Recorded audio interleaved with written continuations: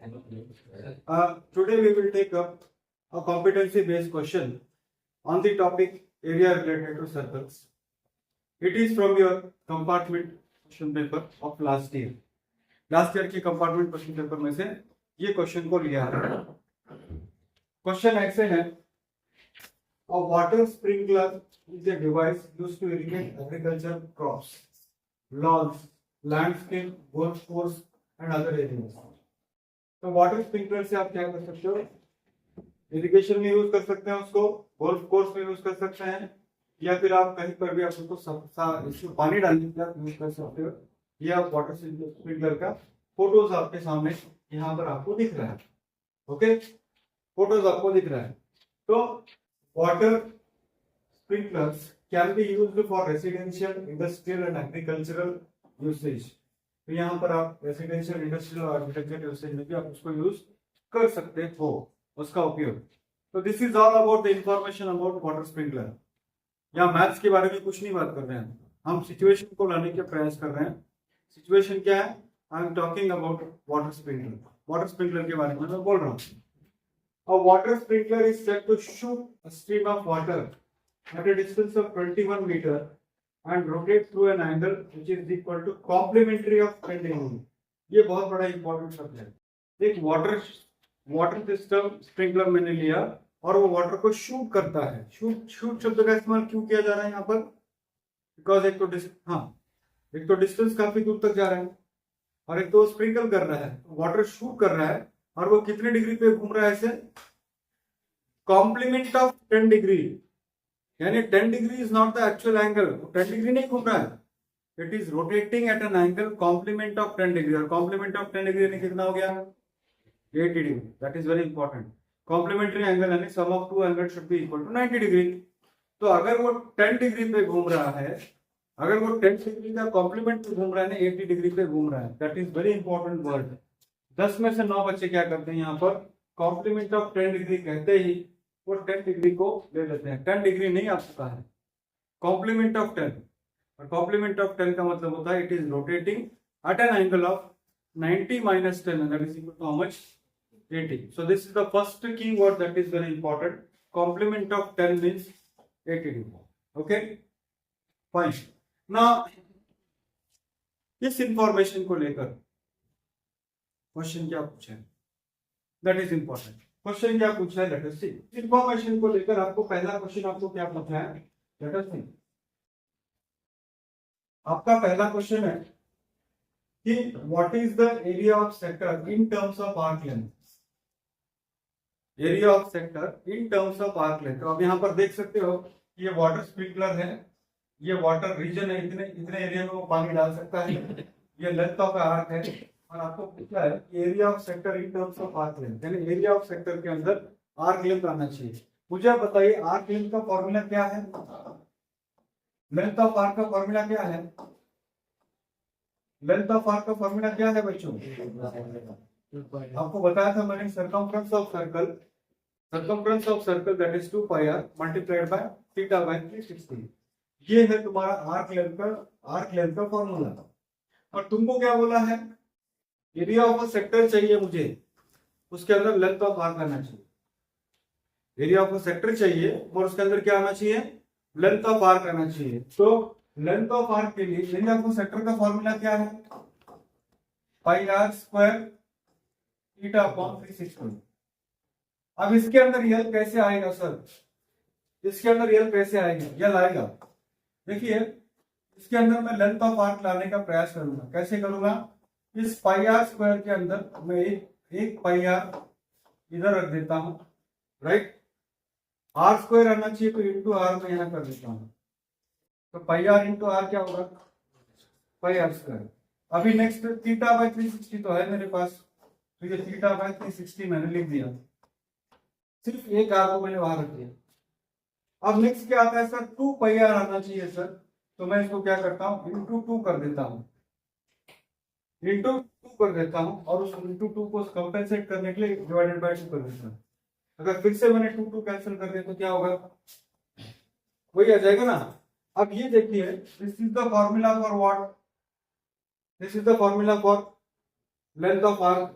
तो मैं ऐसे लिख सकता हूं कि area of the sector is equal to length of an arc multiplied by radius divided by 2। तो आप देखिए कि area of the sector in terms of arc length, यानी आर्क लेंथ के इसमें क्या आएगा, L into R by 2। Okay, area of the sector in terms of arc length. Question है what is the area of water region in terms of pi. Pi के आपका उत्तर में क्या आना चाहिए, पाई आना चाहिए। What is the area of the water region in terms of pi. Last time क्या था, area of sector in terms of arc length. तो इन टर्म्स ऑफ पाई अगर करना है आपको तो फॉर्मूला क्या है बच्चों, एरिया ऑफ सेक्टर का फॉर्मूला क्या है, पाई आर स्क्वायर थीटा अपॉन कितना, पाई आर स्क्वायर थीटा अपॉन 360। सही है, मगर हमको उत्तर चाहिए इन टर्म्स ऑफ पाई, इसीलिए मैं पाई को ऐसे लिख देता हूं। पाई की वैल्यू मैं नहीं डालूंगा। रेडियस आपको कितना दिया है बच्चों, रेडियस आपको कितना दिया है, 21 मीटर दिया है ना, 21 मीटर आपको रेडियस दिया है और एंगल आपको कितना दिया है 80। तो यहाँ पर 21 इंटू 21 इंटू थीटा, थीटा कितना है बच्चों 80 डिवाइडेड बाय 360। सही है बच्चों, तो ये zero cancels with zero, zero cancels with zero, उसके बाद क्या होगा 2 18 जा 36, 2 4 जा 18, this is okay. Then again क्या हो सकता है 2 2 जा 4 और 2 9 जा 18, फिर 3 7 जा 21, 3 3 जा 9, 3 1 जा 10, 3 7 जा, यानी आंसर तुम्हारा एरिया होगा, area of this what is it water region in terms of pi. Pi के अंदर अगर करना है तो इसका आंसर कितना होगा 98 pi square meters in terms of pi. Area of the water region in terms of pi, pi के दरमियान पाई में अगर करना है तो क्या होगा 98 पाई इसका आंसर है। If the radius changes to 28 meter, find the angle theta so that area of water region remains the same। ये इंटरेस्टिंग क्वेश्चन है बच्चों। क्वेश्चन क्या है, if the radius changes to 28 meter, what was the initial radius? पहले का radius कितना था 21, अब मैं रेडियस क्या कर रहा हूं 28 कर रहा हूं मैं, मगर वो क्या बोलता है कि रेडियस आप भले ही चेंज करो और एंगल थीटा आपको चेंज करना पड़ेगा ताकि so that area of water region remains the same, यानी पहले जितना पानी डालता था उतना ही पानी उसको डालना है, पहले जितना पानी वो कवर करता था एरिया उतना ही पानी उसको कवर करना है, मगर आपने रेडियस चेंज किया तो उसका एंगल भी आपको क्या करना पड़ेगा चेंज करना पड़ेगा। जैसे आपने यहाँ पर आप रिकॉर्ड कर रहे हो, मेरे कैमरा के अंदर वीडियो को रिकॉर्ड कर रहे हो, थोड़ा सा आपने डिस्टेंस चेंज किया तो इस एरिया को कवर करने के लिए आपको एंगल चेंज करना पड़ता है, तब जाके वो पूरा कवर करेगा। सही है ना, अगर इस सेटअप को आपने चेंज किया, थोड़ा सा भी अगर आपने हिलाया तो आपको एंगल सेटअप करना पड़ता है। या रिकॉर्डिंग के समय अगर मान लीजिए कोई फोटो लेना है तो आपको क्या करना पड़ता है, सेटअप के अनुसार आपको बेंड करना पड़ता है, कैमरे को बेंड करना पड़ता है। तो यहाँ पर मुझे करना क्या है, एरिया रिमेन्स द सेम, यानी एरिया कितना रखना है मेरे को, कितना था पहले बार एरिया कितना कवर करना था, पिछली बार हमने निकाला था कितना था, यानी मेरा एरिया कितना होना चाहिए, मेरा एरिया 98 पाई ही रहेगा, मगर रेडियस कितना होगा, रेडियस कितना होगा 28 होगा, राइट। तो थीटा कितना होगा, थीटा चेंज होगा, चेंज नहीं करना पड़ेगा आपको लगता है, रेडियस चेंज किया तो कहीं वेस्ट अगर फेंकेगा पानी तो क्या मतलब है, हमको जितना इरिगेट करना है उतना तो इरिगेट करना ही है, वरना वेस्ट फेंकेगा पानी तो पानी का वेस्टेज होगा। तो जितना इरिगेशन करना है उतना इरिगेशन करना है। तो यहाँ पर आप देखो ये क्वेश्चन होगा पाई आर स्क्वायर, ओके। पिछले वाले को थीटा अगर मैंने कहा तो इसको मैं कहूंगा थीटा डैश कहूंगा, इसको मैं क्या कहूंगा theta dash divided by how much 360 की वैल्यू कितनी होनी चाहिए बच्चों, कितनी होनी चाहिए 98 पाई। तो बच्चों ये पाई और पाई क्या होगा, सॉरी पाई और पाई क्या होगा कैंसिल, तो ये आर कितना दिया आपको, नया आर कितना है यहाँ पर 28 इंटू 28, थीटा डैश तो मुझे ढूंढना है बच्चों, divided by how much 360 is equal to how much 98। थोड़ा सा स्मार्ट वर्क करना आप सीखो, थोड़ा सा स्मार्ट वर्क करना आप सीखो। कैसे स्मार्ट वर्क कर सकते हैं, देखिए आप, ये 28 इंटू 28 है, यहाँ पर 98 है। 14 टू जार, 14 टू जार कितना होगा बच्चों, 14 टू जार 28, 14 सेवन जार, 14 सेवन जार, सही ना, सही ना बच्चों, 14 टू जार 28, 14 सेवन जार 98। फिर से एक बार मैं लिख सकता हूँ 7 वन जार 7, 7 फोर जार 28, सही है। फिर से आप देखो 2 वन जार 2, 2 180 जार, 2 180 जार, और फिर से आप देखो 4 वन जार 4, 4 फोर जार 16, कैरी 2, 4 फाइव जार 20। यानी आपको क्या मिला, theta dash by 45 is equal to 1, theta dash by 45 is equal to 1, यानी theta dash is equal to how much 45 degree. यानी पहली बार एंगल कितना था, पहली बार एंगल कितना था, जब एंगल थीटा, जब angle complement of 10, complement of 10 यानी, कॉम्प्लीमेंट ऑफ 10 यानी 80, जब एंगल 80 डिग्री था तो एरिया कितना कवर कर रहा था, 98 पाई कवर कर रहा था। अब मैंने, और रेडियस कितना था तब 21 था, आपकी बार मैंने रेडियस को 28 कर दिया, आपकी बार रेडियस को मैंने 28 कर दिया, एरिया को मैंने उतना ही रखा यानी 98 पाई रखा, मगर थीटा को मैंने 80 की जगह पे कितना चेंज किया, 45 चेंज किया। So area remains the same, radius is changed from 21 to 28, then theta is changed from 80 to, am I clear? This is increased from 21 to 28 meter and the angle remains the same. What is the increase in the area of water region? यानी अब की बार मैं theta change करने के लिए तैयार नहीं हूँ, रेडियस चेंज कर रहा हूँ।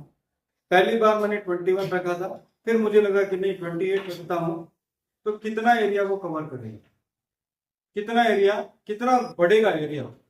तो मेरा क्वेश्चन ये है, आंसर ये होगा कि increase in the area of water region is equal to area जो तुम्हारा 28 वाला होगा माइनस एरिया जब रेडियस तुम्हारा 21 था, यानी दूसरा एरिया माइनस पहला वाला एरिया। तो हम एक काम करेंगे, यहाँ पर उसको मैं लिखूंगा पाई, बड़ा वाला रेडियस को आर स्क्वायर थीटा बाय 360, यहां पर मैं लिखूंगा पाई छोटा वाला रेडियस थीटा बाय 360, और यहां पर पाई कॉमन है, थीटा बाय 360 कॉमन है, तो यहां पर आएगा पाई थीटा बाय 360, तो ब्रैकेट के अंदर आएगा रेडियस का स्क्वायर माइनस रेडियस का स्क्वायर। ओके, तो ये होगा पाई, पाई की वैल्यू है 22/7, थीटा की वैल्यू है, थीटा की वैल्यू कितना था, कॉम्प्लीमेंट ऑफ 10 यानी कितना है बच्चों 80 है ना, थीटा को कितना बोला था, कॉम्प्लीमेंट ऑफ 10 बोला था ना, तो थीटा होगा 80/360, रेडियस कितना दिया था आपको 28 का स्क्वायर माइनस क्या होगा, देखिए कोई भी बच्चा यहाँ पर कैलकुलेशन बड़ा मत करो, ये ए स्क्वायर माइनस बी स्क्वायर आपको दिख रहा है क्या, तो उसी का इस्तेमाल करो। तो ए स्क्वायर माइनस बी स्क्वायर यानी क्या होगा, ए प्लस बी, 28 प्लस 21 कितना होता है 49, और 28 माइनस 28 कितना होगा, 21 कितना होगा 7, उतना ही करना है, आप ज्यादा इसको इंटू करने के चक्कर में मत पड़ो। तो उससे एडवांटेज क्या होगा आपको मैं बता रहा हूँ।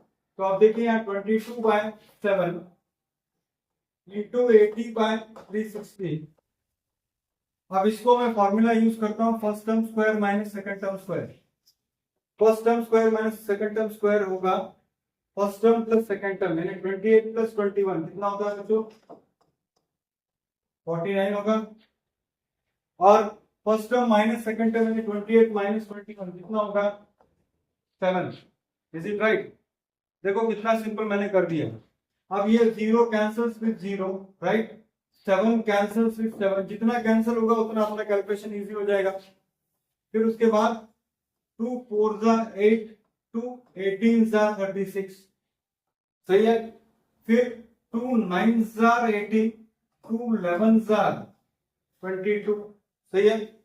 और भी कुछ कैंसिल हो सकता है तो नहीं होगा, तो ये होगा 44 इंटू 11 इंटू 4 कितना होता है 44 into how much 49 divided by 9। तो बच्चों थोड़ा 44 इंटू 49 कीजिए, थोड़ा कितना होता है देखो आप, 49 को 44 से इंटू करो आप, 4 9 जा 36 कैरी 3 4 4 जा 16, 196 होगा बच्चों।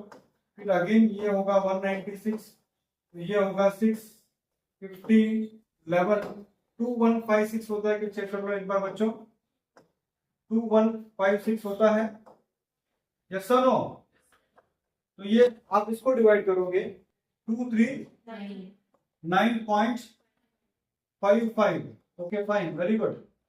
तो 239.55 स्क्वायर मीटर एरिया जो है वो इंक्रीज होगा जब तुम्हारा रेडियस 21 से 28 बढ़ेगा और थीटा तुमने वही रखा तो तुम्हारा एरिया कितना बढ़ेगा 239.55 स्क्वायर। इतना एरिया में आपको कुछ ना कुछ लगाना पड़ेगा और वरना पूरा एरिया क्या होगा, वेस्ट जाएगा वाटर।